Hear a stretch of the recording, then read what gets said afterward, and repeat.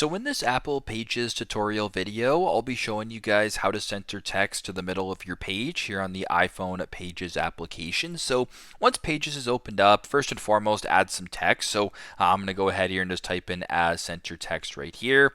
Now, once that is done, a bunch of different ways you can do it. I'll actually go ahead and I'll make it a little bit larger, so it's easier for you guys to see here. So my apologies. Actually, I'll just leave it. So if you want to center it, it's pretty straightforward. Press on the text right here. This bar that you see right here, I want you to press beside the U. There's sort of this option right here that says align, center, right, justify.